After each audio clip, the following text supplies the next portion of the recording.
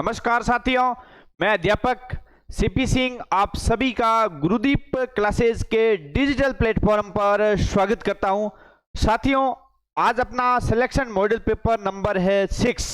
5 model paper अपने हो चुके हैं साथियों, और पांचों मॉडल पेपर के टेस्ट है वो ऐप में अपलोड कर दिए हैं साथियों।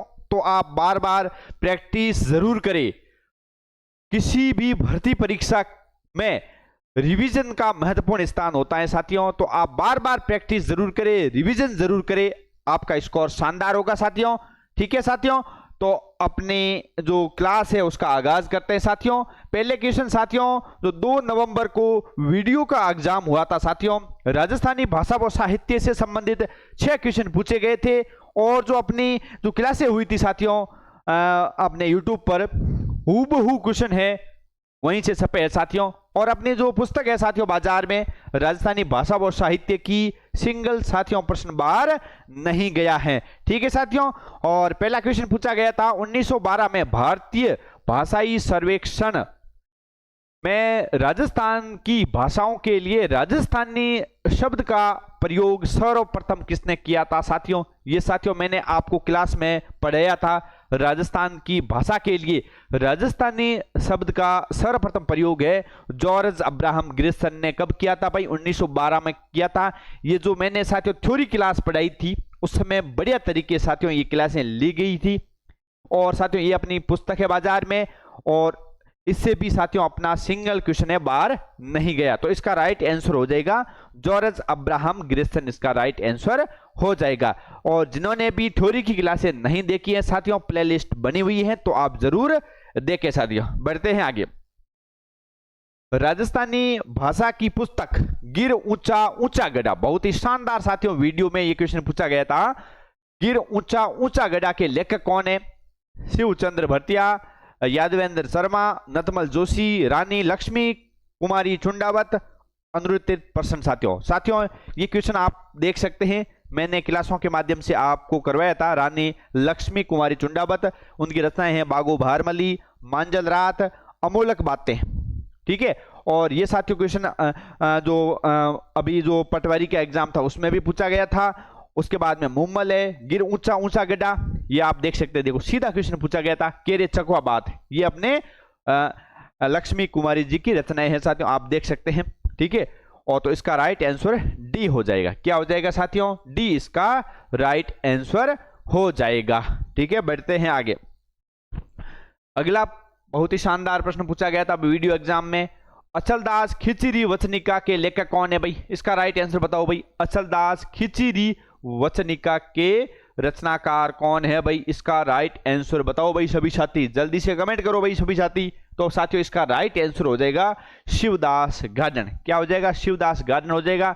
ये मैंने क्लास के माध्यम से आपको पढ़ाया था। अचलदास खिचड़ी वचनिका, शिवदास गार्डन, ये रचनाकार कवि के साथ ही अच्छे गद्यकार भी थे।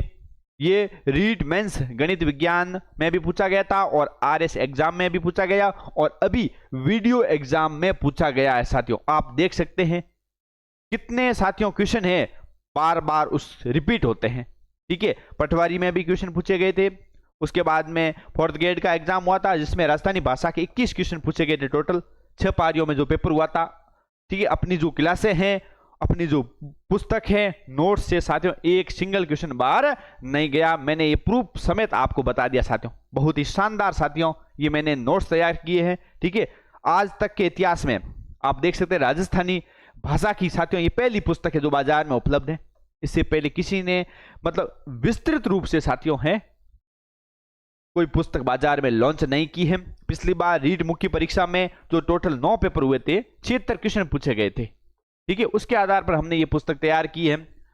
ठीक है, और इसमें साथियों हमने जो कंटेंट डाला है कक्षा 10 का है, उसके बाद 11-12 राजस्थानी साहित्य और इतिहास, और एक पुस्तक है जो कोटा ओपन में चलती है। ठीक है, राजस्थानी भाषा की, वहां से हमने कंटेंट लिया है। ये क्वेश्चन पूछा गया था।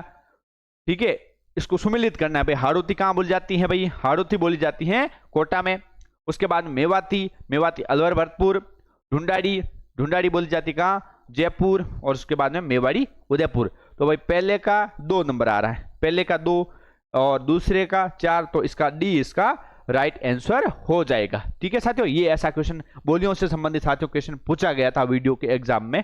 ठीक है, तो आप रीट मुख्य परीक्षा की तैयारी कर रहे हैं, यदि आपने ये नोट्स परचेज कर लिए हैं, क्लासें देख ली है, तो राजस्थानी में आपका सिंगल साथियों क्वेश्चन बाहर नहीं जाएगा। और साथियों ये सिलेक्शन पार्ट है, राजस्थानी में आप जितना बढ़िया स्कोर करोगे आपका सिलेक्शन श्योर है। अब तक साथियों हमने जो किताब लिखी है, नोट तैयार किए, 4 एग्जाम हो चुके हैं। एक तो हुआ था पटवारी का, और 2 तारीख को वीडियो का एग्जाम हो गया, और उसके बाद में हुआ था अपने 4th ग्रेड का, और एक हुआ था आरपीएस से लिया था असिस्टेंट इंजीनियर का एग्जाम।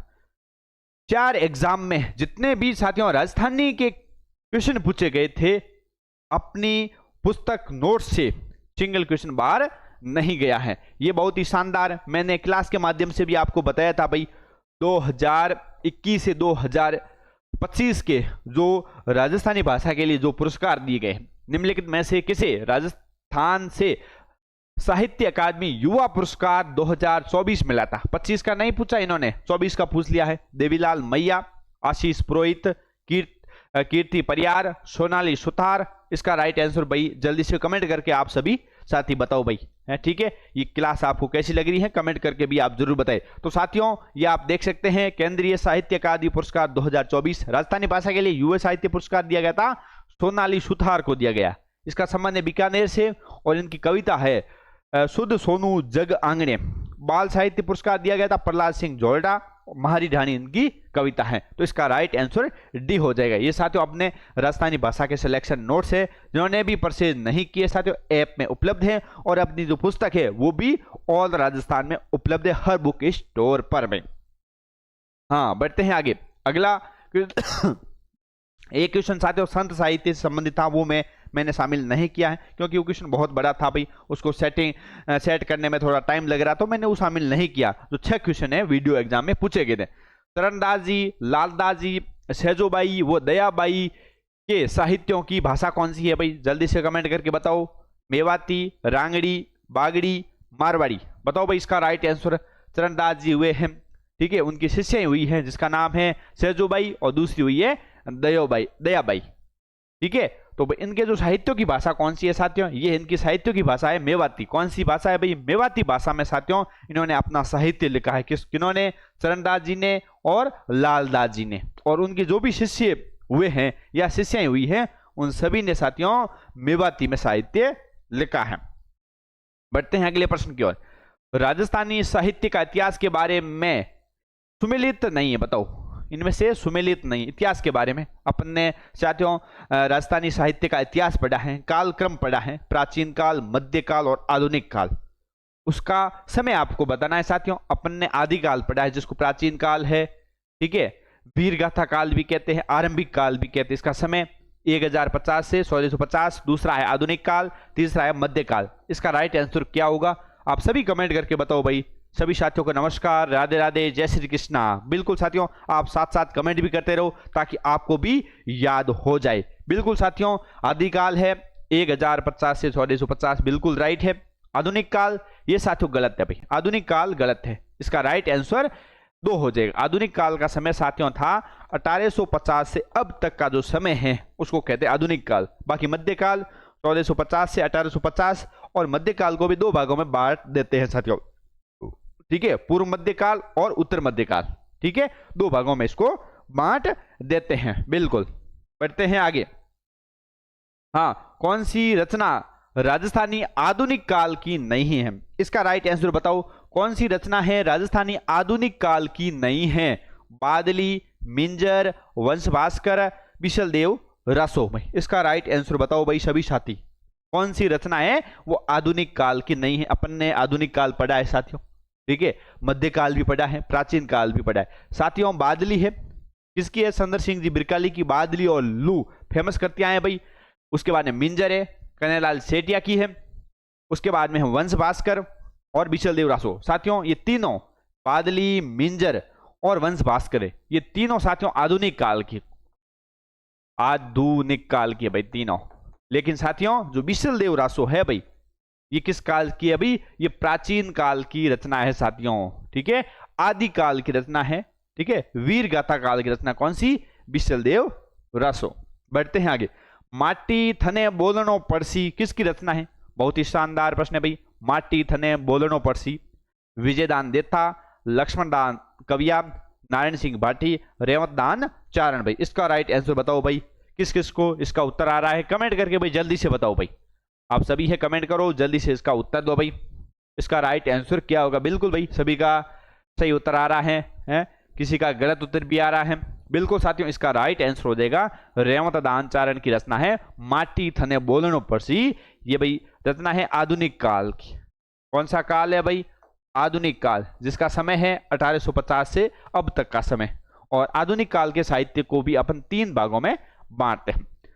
राजस्थान री भक्त कवित्री गौरी बाईरो जन्म कटे हुए बताओ। डूंगरपुर, भरतपुर, जयपुर, अलवर। भाई ये तो क्वेश्चन भाई आप सभी को आना चाहिए भाई है। मैंने 10 बार आपको करवा दिया है, थ्योरी क्लास में भी करवा दिया है। गौरी बाईरो जन्म कटे हुए जो ये पिछली बार एग्जाम में पूछा हुआ था, ठीक है, रीट मुख्य परीक्षा 2023 में। बिल्कुल भाई सभी का राइट आंसर आ रहा है, डूंगरपुर में हुआ था राजस्थान की भक्त कवरी गौरी बाईरो जन्म। बढ़ते हैं आगे। हाँ, सही सुमेलित नहीं है बताओ। सही सुमेलित नहीं है, पहले रचनाएं दी हुई है और उसके बाद में रचनाकार। करुण बहतरी, समान बाई, वीर सतसई, नातू सिंह मैहारिया, कोलमाला उद्योतन सूरी, हमीर महाकाव्य, नयन चंद्र सूरी। भाई इसका राइट आंसर बताओ भाई। देखते हैं किसका सही उत्तर आता है। बहुत ही शानदार साथियों प्रश्न है, ठीक है। इस प्रकार भी साथियों प्रश्न पूछे जा सकते हैं। मैं कहता हूं रीट मुख्य परीक्षा में आपका राजस्थानी भाषा हो, जीके का पार्ट हो, सिंगल प्रश्न साथियों हम आपका बाहर नहीं जाने देंगे, इतनी हम साथियों गारंटी लेते हैं। राजस्थानी भाषा की जो हमने बुक तैयार की है, हमने जो नोट्स तैयार किए हैं साथियों, उसके बाद में 4 एग्जाम हुए, ठीक है। मैं कहता हूं ये नोट्स बुक्स पढ़ने के बाद और अपनी क्लासें देखने के बाद आप चाहे आरएस का दे देना, किसी का दे देना, फर्स्ट ग्रेड, सेकंड ग्रेड, किसी का दे देना, राजस्थानी भाषा में आपका क्वेश्चन गलत नहीं होगा, ठीक है। ये मैं गारंटी के साथ आपको कहता हूं। तो इसका राइट आंसर बताओ। देखो साथियों, अमीर महाकाव्य की रचना भाई नयन चंद्र सूरी ने की, ये तो बिल्कुल सही है। कुवलीमाला उद्योतन सूरी, ये भी सही है। वीर सतसई साथियों नातू सिंह मैहारिया, ये बिल्कुल सही है साथियों। वीर सतसई के नाम से एक तो भाई नातू सिंह मैहारिया ने भी रचना की है और एक की है सूर्यमल मिश्रण ने। पिछली बार क्वेश्चन पूछा गया था वीर सतसई के रचनाकार कौन है, उसमें अपने सूर्यमल मिश्रण ऑप्शन में नहीं था, तो इसका राइट आंसर नातू सिंह मैहारिया माना गया। करुण बहतरी की रचना साथियों सम्मान बाई ने नहीं की है भाई। किसने की है भाई? रामनाथ जी कविया ने की है भाई। किसने की है? रामनाथ जी कविया ने की है भाई करुण बहतरी की रचना। और ये सम्मान बाई है जो रामनाथ कविया की पौत्री थी, ठीक है भाई। बढ़ते हैं आगे। किसके 3 प्रमुख गीत संग्रह धरती री धुन, सोनो निपजे रेत में और 12 मासों है? बताओ भाई इसका राइट आंसर बताओ भाई। देखते हैं किसका सही होता है। गजानन वर्मा, पृथ्वीराज राठौड़, सूर्य शंकर पारिक, मोहनोट नैनसी। इसका भाई राइट आंसर बताओ भाई। साथियों इन्होंने ध्वनि पर गीत भी लिखे हैं भाई। बिल्कुल भाई, काफी का राइट आंसर आ रहा है, कुछ साथियों का गलत भी उत्तर आता है। बिल्कुल बिल्कुल साथियों इसका राइट आंसर हो जाएगा गजानन वर्मा भाई। 3 प्रमुख गीत संग्रह इनके धरती री धुन है, सोनो निपजे रेत में और 12 मासों, ठीक है। इन्होंने ध्वनि पर गीत भी लिखे हैं, किन्होंने? गजानन जी वर्मा ने। बिल्कुल। बढ़ते हैं आगे। हाँ, अब साथियों अपने क्वेश्चन आते हैं अपने राजस्थान के सामान्य ज्ञान पोर्शन के, जिसमें अपन फ्लैगशिप योजनाएं, जन कल्याणकारी योजनाएं, खेल खिलाड़ी है और प्रतीक चिन्ह वगैरह सब पढ़ते हैं, उद्योग वगैरह सब पढ़ते हैं, उससे संबंधित क्वेश्चन आ रहे हैं। निम्नलिखित के वैज्ञानिकों के नाम के, निम्नलिखित वैज्ञानिक नाम के संबंध में असुमेलित बताओ भाई, ठीक है। ये अपने जो साथियों क्या है, जो राजस्थान के राज्य पक्षी हो गए, ठीक है, राज्य पुष्प हो गए, उसके संबंध में साथियों आपको बताना है कि वैज्ञानिक नाम के संबंध में असुमेलित है भाई। गजेला, गजेला बनेटी, सिंकारा को कहा जाता है। आइडियोटिस नाइग्रिसेप्स गोडावन, कैमलेस, डोमेडियन ऊंट, टिकोमिला अंडुलेटा, खेजड़ी। इसका राइट आंसर बताओ भाई सभी साथी। वैज्ञानिक नाम के संबंध में असुमेलित है भाई, ठीक है। निम्नलिखित जो वैज्ञानिक नाम लिखे हुए हैं उसके संबंध में असुमेलित है। बिल्कुल साथियों, गजेला गजेला बनेटी सिंकारा का वैज्ञानिक नाम है, बिल्कुल ये तो सही है। और ये भी नाइग्रीसेप्स, ये भी सही है। और कैमलेस डोमेडेरियन, ये भी ऊंट का रीट है। लेकिन साथियों टिक्कोमेला अंडुलेटा ये खेजड़ी का नहीं है भाई, किसका है भाई? रोहिड़ा। ठीक है, इसका राइट आंसर रोहिड़ा हो जाएगा। ठीक है भाई, तो इसका राइट आंसर असुमेलित डी हो जाएगा। ठीक है, बिल्कुल। थोड़ी व्याख्या देख लेते हैं। रोहिड़ा का वैज्ञानिक नाम क्या है भाई? टिक्कोमेला अंडुलेटा। वेरी वेरी इंपॉर्टेंट है साथियों, इससे संबंधित परीक्षा में आपके क्वेश्चन आएगा। खेजड़ी का वानस्पतिक नाम क्या है भाई? Prosopis cineraria. Very very important है, प्रोसोपिस सिनेरेरिया। ठीक है, खेजड़ी के उपनाम क्या है भाई? राजस्थान का गौरव है, शमी वृक्ष है, जांटी, शिमलो राजस्थानी में कहते हैं, और राजस्थान का कल्प वृक्ष कहते हैं।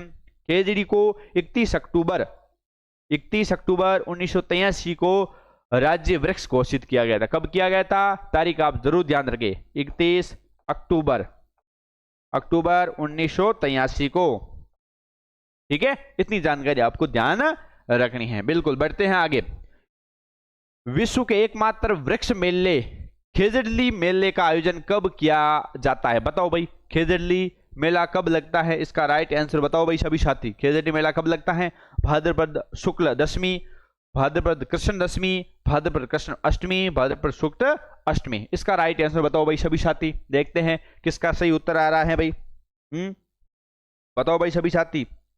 बिल्कुल साथियों, इसका राइट आंसर आ रहा है भाद्रपद शुक्ल पक्ष की दशमी को है खेजड़ली में साथियों एक वृक्ष मेला लगता है। ठीक है, विश्व का यह पहला वृक्ष मेला है। कहां लगता है? जोधपुर के खेजड़ली गांव में। बिल्कुल साथियों, ठीक है। हाँ, खेजड़ली घटना कब घटी थी भाई? 1730 में घटी थी। ठीक है, अभय सिंह जोधपुर के भाई राजा थे। मारवाड़ में अमृता देवी बिश्नोई के नेतृत्व में हुआ ये घटना हुई थी, जिसमें 363 जिसमें 69 महिला थी बिश्नोई शहीद हुए थे भाई। अमृता देवी पुरस्कार कब शुरू हुआ था? 1994 में देना शुरू हुआ था। प्रथम किसको दिया गया था? गंगा सिंह को दिया गया था। गंगा सिंह बिश्नोई, कहेंगे आपको गंगाराम बिश्नोई भी देखने को मिलेगा। ठीक है, गंगाराम बिश्नोई को। ठीक है, और खेजड़ली दिवस प्रतिवर्ष 12 सितंबर को मनाया जाता है। ठीक है, और 1978 से शुरुआत हुई को मनाया जाता है। मेला कब लगता है भाई? भाद्रपद शुक्ल दशमी को। वेरी वेरी इंपॉर्टेंट है भाई, काफी बार क्वेश्चन पूछा हुआ है। अमृता देवी पुरस्कार से संबंधित भी क्वेश्चन पूछा हुआ है। कब से देना शुरू हुआ था? 1994 से। ठीक है, और घटना कब घटी थी? 1730 में घटी थी भाई। बढ़ते हैं आगे। डूंगरपुर के पास नौलक्खा बावड़ी का निर्माण महारावल आस्करण की रानी, आपको रानी का नाम बताना है, द्वारा करवाया गया था। कौन सी रानी थी जिन्होंने नौलक्खा बावड़ी का भाई निर्माण करवाया गया था? कमेंट में बताओ भाई सभी साथी। बिल्कुल जल्दी से कमेंट करो आप सभी साथी हैं। बिल्कुल, राम रसदेव, महावती, प्रेमल देवी या नाथावती? बताओ भाई इसका राइट आंसर। बिल्कुल साथियों, बिल्कुल आप सभी कमेंट करते रहे। बिल्कुल साथियों, प्रेमल देवी ने इस बावड़ी का निर्माण करवाया था। नौलक्खा बावड़ी कहां है भाई? डूंगरपुर में। काफी बार क्वेश्चन सीधा पूछा हुआ है, नौलक्खा बावड़ी कहां है? डूंगरपुर में। निर्माण किसने करवाया था? प्रेमल देवी ने करवाया था। बिल्कुल साथियों, आपने वीडियो एग्जाम का पेपर देखा होगा साथियों। आजकल क्वेश्चन सीधे ऐसे ही आते हैं, ज्यादा हार्ड क्वेश्चन नहीं आते हैं, नॉर्मल क्वेश्चन आते हैं। 10% थोड़े हार्ड लेवल के क्वेश्चन आते हैं, बाकी ऐसे ही आते हैं। अपन क्या है, बार बार रिवीजन नहीं करते हैं, इसलिए अपने सवाल क्या है गलत हो जाते हैं। झालावाड़ के सूर्य मंदिर को के रूप में जाना जाता है। झालावाड़ के सूर्य मंदिर को और किस नाम से जाना जाता है? 7 सहेलियों का मंदिर, 7 बहू का मंदिर, कुंवारी कन्या व रसिया का मंदिर, सार मुख मंदिर। भाई इसका राइट आंसर बताओ भाई सभी साथी, क्या होगा? बिल्कुल कमेंट करो आप सभी साथी, क्या होगा इसका राइट आंसर? बिल्कुल साथियों, सभी का राइट आंसर आ रहा है। इसका राइट आंसर होगा 7 सहेलियों का मंदिर है, झालावाड़ के सूर्य मंदिर को कहा जाता है। बिल्कुल, राजस्थान में सूर्य मंदिर, झालरा पाटन का सूर्य मंदिर। ठीक है, अन्य नाम क्या है भाई? पद्मा मंदिर है, बड़ा मंदिर है, 7 सहेलियों का मंदिर है। इस मंदिर का निर्माण है विक्रम संवत 872 में नागभट्ट द्वितीय द्वारा करवाया गया था। किसके द्वारा? नागभट्ट द्वितीय द्वारा इसका निर्माण करवाया गया था। ठीक है, कब करवाया गया था? 772 विक्रम संवत में करवाया गया था। वेरी वेरी इंपॉर्टेंट है, पीवाईक्यू क्वेश्चन है साथियों। राष्ट्रीय सरसों अनुसंधान केंद्र सेवर भरतपुर की स्थापना कब हुई थी? बताओ। राष्ट्रीय सरसों अनुसंधान केंद्र कहां स्थित है भाई? सीधा क्वेश्चन पूछा जाएगा, शेवर भरतपुर में है। ठीक है, इसकी स्थापना कब हुई थी? इसका राइट आंसर बताओ। 1990, 1991, 1992, 1993। बिल्कुल साथियों, इसका राइट आंसर आ रहा है सभी का भाई, कमेंट करके बताओ भाई सभी साथी। बिल्कुल साथियों, 1993 में राष्ट्रीय सरसों अनुसंधान केंद्र की स्थापना की गई थी। कब हुई थी भाई? 20 अक्टूबर 1993 को हुई थी। ठीक है, फरवरी 2009 में इसका नाम बदलकर राष्ट्रीय सरसों अनुसंधान निदेशालय कर दिया भाई। निदेशालय कब किया? 2009 में, फरवरी 2009 में साथियों इसका नाम बदलकर क्या कर दिया? राष्ट्रीय सरसों अनुसंधान निदेशालय कर दिया गया है। हाँ, रजत चौहान का संबंध निम्नलिखित में से किस खेल से? बताओ। अब साथियों क्वेश्चन आ रहे हैं खेल खिलाड़ियों से संबंधित। पिछली बार साथियों लेवल 1 में खेल खिलाड़ियों से संबंधित 5 क्वेश्चन पूछे गए थे, और बाकी जो अपने लेवल 2 में जो 8 पेपर हुए थे उसमें एक एक क्वेश्चन पूछा गया था। है खेल खिलाड़ी लेवल 1 के लिए वेरी वेरी इंपॉर्टेंट है साथियों। खेल खिलाड़ी ये जो पार्ट है ना साथियों, ये सिलेक्शन पार्ट है। चाहे राजस्थान का सामान्य ज्ञान हो गया, राजस्थानी भाषा हो गई, आईसीटी हो गई, और अपने करंट अफेयर्स हो गए, ये सिलेक्शन पार्ट है। तो भाई रजत चौहान का संबंध है तीरंदाजी से। ठीक है भाई, इसका संबंध किस खेल से? भाई तीरंदाजी से संबंधित है भाई रजत चौहान। ठीक है, थोड़ी इसके बारे में जानकारी देख ले रहे हैं। रजत चौहान जयपुर के निवासी है। कहां के? भाई जयपुर के। और तीरंदाजी इनका खेल है। 2015 में इनको अर्जुन पुरस्कार से सम्मानित किया गया था। कब किया गया था? 2015 में। वेरी वेरी इंपॉर्टेंट है।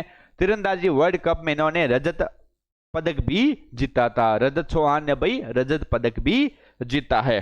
बिल्कुल बिल्कुल साथियों, ऐसा ही कमेंट करते रहो और डेली क्लास में जुड़ा करो। ठीक है, बिल्कुल बिल्कुल आलस नहीं दिखाना है, डेली क्लास में जुड़ जाना है, खाना खान तैयार हो जाना है। डेली अपनी 8 बजे क्लास शुरू हो जाती है और अतुल जी सर की 5 बजे क्लास आ जाती है। बिल्कुल। अंतर्राष्ट्रीय मैचों में 6000 से अधिक रन बनाने वाली एकमात्र महिला खिलाड़ी निम्नलिखित में से कौन सी है? बताओ कौन है भाई अंतर्राष्ट्रीय मैचों में 6000 से अधिक रन? मिताली राज, भुवनेश्वर कुमारी, राजश्री कुमारी या भुवनेश्वर कुमारी? बताओ इसका राइट आंसर क्या होगा? बिल्कुल साथियों, बिल्कुल बिल्कुल भाई सभी का राइट आंसर आ रहा है। इसका राइट आंसर हो जाएगा मिताली राज। इसका संबंध है क्रिकेट से साथियों। ठीक है, और ये क्रिकेट की कप्तान भी रह चुकी है भाई मिताली राज। अंतर्राष्ट्रीय क्रिकेट खिलाड़ी, जन्म इनका कहां हुआ था? जोधपुर में। भारतीय महिला क्रिकेट टीम की पूर्व कप्तान है भाई। भारतीय महिला टीम की क्या है? पूर्व कप्तान है भाई। कौन? ये मिताली राज। 8 जून 2022 को संन्यास ले लिया था। 6 विश्व कप में भाग लेने वाली विश्व की एकमात्र महिला क्रिकेटर है भाई।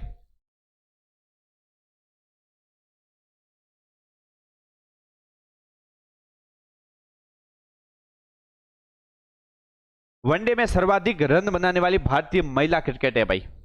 वनडे में सर्वाधिक रन बनाने वाली। ठीक है, टेस्ट क्रिकेट में दोहरा शतक लगाने वाली इकलौती भारतीय महिला क्रिकेटर है और लेडी सचिन के नाम से भी ये प्रसिद्ध है भाई। कौन? मिताली राज। साथियों ये जो व्याख्या वगैरह है ना, मैं टेस्ट में भी डाल दूंगा। 5 टेस्ट अपने अपलोड हो चुके हैं। ठीक है, और जितनी भी व्याख्या होती है हम टेस्ट में डाल देते हैं, तो आप बार बार है प्रैक्टिस जरूर करें। प्रैक्टिस जितनी करोगे परीक्षा में आपका स्कोर उतना ही बेहतर होगा। सरल क्वेश्चन है, आपका गलत नहीं होगा। रसोई गैस सिलेंडर सब्सिडी योजना के बारे में कौन सा कथन सही है? बताओ। रसोई गैस सब्सिडी जो सिलेंडर योजना है, ठीक है, 12 वर्ष में 12 माह में 12 सिलेंडर सरकार देती है। कितने रुपए में? 450 रुपए में। ठीक है, तो राज्य सरकार ने रसोई गैस सिलेंडर में सब्सिडी देने के लिए योजना लागू की। बिल्कुल ये तो सही है। ये योजना 1 सितंबर 2024 से पूरे राजस्थान में लागू है भाई। कब से? 1 सितंबर 2024 से। तो इसका उपयुक्त 1 व 2 कथन सही हो जाएगा। ठीक है, बढ़ते हैं आगे। मुख्यमंत्री आयुष्मान जीवन रक्षा योजना में घायल व्यक्ति को अस्पताल पहुंचाने पर प्रोत्साहन राशि कितने रुपए दिए जाने का प्रावधान है? बताओ। मुख्यमंत्री आयुष्मान जीवन रक्षक योजना में जो घायल व्यक्ति हो जाता है, एक्सीडेंट हो जाता है, उनको आप घायल व्यक्ति को अस्पताल पहुंचाओगे तो आपको प्रोत्साहन राशि के रूप में कितनी राशि मिलेगी भाई? 5000, 8000, 10000 या 12000? तो भाई इसका राइट आंसर बताओ भाई जल्दी से कमेंट करके। बिल्कुल साथियों 10000 रुपए दिए जाएंगे। घायल कोई व्यक्ति है उसको आप अस्पताल पहुंचाओगे साथियों तो 10,000 रुपए दिए जाएंगे। मान लो 2-3 जने हैं वो तीनों ही उसको अस्पताल ले जा रहे हैं तो इस राशि है वो तीनों में उसका बंटवारा हो जाएगा भाई। ठीक है भाई, 3 मित्र हैं और तीनों ही उसको अस्पताल ले जा रहे हैं। ठीक है, मुख्यमंत्री आयुष्मान जीवन रक्षा योजना बजट 2024-25 में इसकी घोषणा हुई थी। उद्देश्य क्या है भाई? सड़क दुर्घटना में होने वाली मृत्यु दर को कम करना।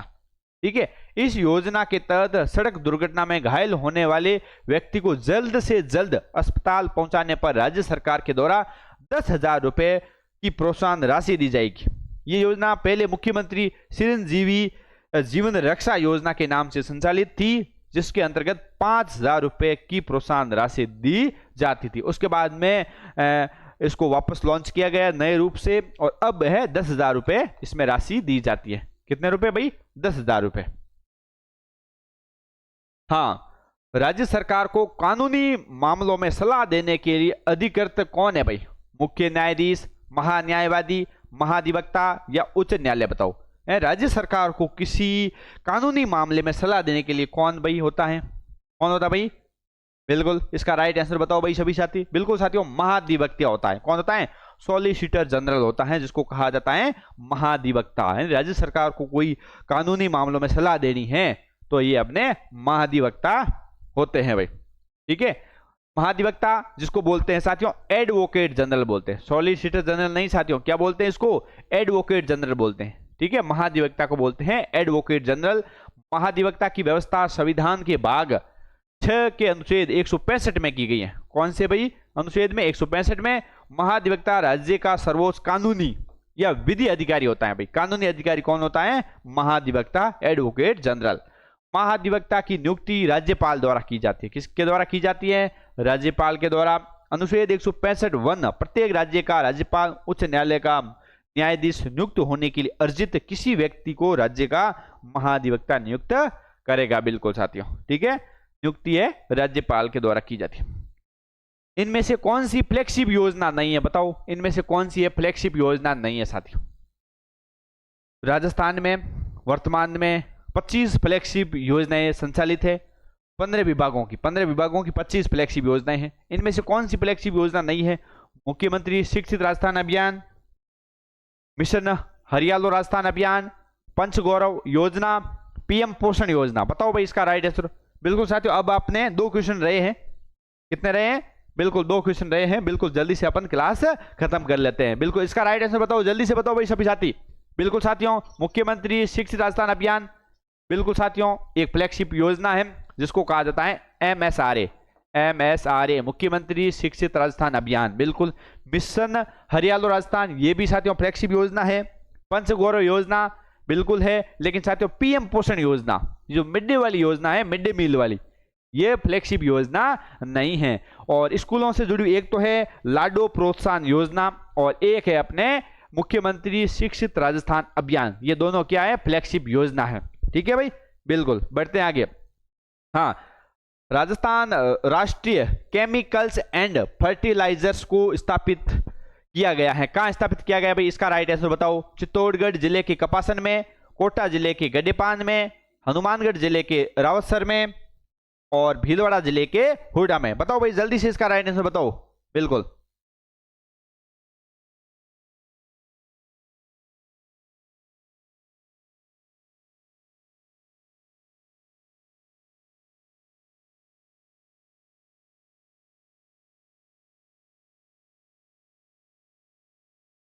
तो इसका राइट आंसर बताओ भाई। बिल्कुल भाई, सभी का राइट आंसर आ रहा है। चित्तौड़गढ़ के जिले के कपासन में साथियों है राजस्थान राष्ट्रीय केमिकल्स एंड फर्टिलाइजर्स को स्थापित किया गया था। बिल्कुल, Rashtriya chemicals and fertilizers limited Kapasan Chittorgarh, ये उत्तर भारत का पहला डीएपी खाद कारखाना है भाई। उत्तर भारत का साथियों पहला डीएपी का कारखाना है भाई। कौन सा? ये कपासन वाला। ठीक है, चित्तौड़गढ़ में है। हाँ, अब अपना लास्ट क्वेश्चन है, भारत के संविधान के किस अनुच्छेद में यह प्रावधान है कि प्रत्येक भारतीय राज्य में एक राज्यपाल होगा? बताओ कौन से अनुच्छेद में साथियों लिखा हुआ है कि प्रत्येक राज्य का क्या होगा? एक राज्यपाल होगा। अनुच्छेद 52, अनुच्छेद 53, अनुच्छेद 54, अनुच्छेद 51। बताओ भाई जल्दी से कमेंट करके बताओ। बिल्कुल भाई, बिल्कुल भाई, सभी साथियों का राइट आंसर आ रहा है। बिल्कुल ऐसे ही साथियों पढ़ाई करते रहो, बार बार रिवीजन करो। रिवीजन का पढ़ाई में महत्वपूर्ण स्थान होता है। जितना आप रिवीजन करोगे, क्लासें देखोगे, लास्ट में देखियो साथियों आपको ज्यादा थ्योरी नहीं पढ़नी। परीक्षा के लास्ट दिनों में आपको बार बार रिवीजन करना है, प्रैक्टिस पेपर हल करने हैं। ठीक है, क्वेश्चन आखिर पूछे कैसे जाते हैं वो आपको देखने हैं। तो इसका राइट आंसर हो जाएगा अनुच्छेद 153। अब अपन साथियों देख लेते हैं महत्वपूर्ण राज्यपाल से संबंधित अनुच्छेद है। अनुच्छेद 153 में क्या है कि राज्यों के राज्यपाल, प्रत्येक राज्य का एक राज्यपाल होगा। ठीक है, और एक राज्यपाल को, ठीक है, 2 या 2 से अधिक राज्यों का राज्यपाल बनाया जा सकता है। अनुच्छेद 54 में क्या है, राज्य की कार्यपालिका शक्ति किसमें निहित होती है भाई, राज्यपाल में होती है। 55 में क्या है, राज्यपाल की नियुक्ति है भाई, किसके द्वारा की जाएगी, राष्ट्रपति द्वारा। ठीक है, 156 राज्यपाल की पदावधि, मतलब राज्यपाल कितने वर्षों तक अपने पद पर बना रहेगा, पदावधि भाई अनुच्छेद 156 में है। 57 में क्या है, नियुक्ति के लिए अर्हताएं क्या होनी चाहिए, उनकी योग्यताएं क्या होनी चाहिए। 58 में क्या है, राज्यपाल पद के लिए शर्तें। उसके बाद में 159 राज्यपाल द्वारा शपथ या प्रतिज्ञान। ठीक है, राज्यपाल को शपथ कौन दिलाएगा उसका इसमें वर्णन किया गया है। ये वेरी वेरी इंपॉर्टेंट है साथियों, इसका स्क्रीनशॉट आप सभी ले लो भाई, स्क्रीनशॉट आप ले लो। वेरी वेरी राज्यपाल से संबंधित धाराएं हैं, काफी बार परीक्षाओं में पूछी हुई है। ठीक है, तो आप याद कर लो साथियों। ठीक है साथियों, तो आज अपन लेके आए थे 2 पार्ट, राजस्थानी भाषा साहित्य और राजस्थान का सामान्य ज्ञान, जिसमें अपन ने टोटल पढ़े हैं 25 क्वेश्चन। ठीक है, कमेंट में बताओ भाई आपका स्कोर कितना हुआ है आज का। ठीक है, क्वेश्चन कैसे लगे हैं। ठीक है, और ये अपने नोट्स है राजस्थानी भाषा साहित्य आईसीटी के, और ये सुजत सार संग्रह के नोट्स हैं, इसको आप जरूर ले साथियों। परीक्षा के अंतिम दिनों में ये बिल्कुल नाम मात्र प्राइस में नोट्स है, और इसके जो पेज है वो भी कम ही है, ज्यादा आईसीटी के मान लो 87 पेज है। ठीक है, इसके 73 पेज है, भाषा साहित्य का 58 पेज है। मैं तो कहता हूँ 5-5 दिन में भी आप ये नोट्स पढ़ सकते हैं। और ये जो हार्ड पोर्शन है उसको लेकर हमारी टीम है वो काम कर रही है। गुरुदीप क्लासेज आपको कभी भी हारने नहीं देगा जिंदगी में। ठीक है साथियों, बिल्कुल आप कमेंट जरूर करें आपको क्लास कैसी लगी है। मिलते हैं अगली क्लास में, तब तक के लिए जय हिंद, वंदे मातरम।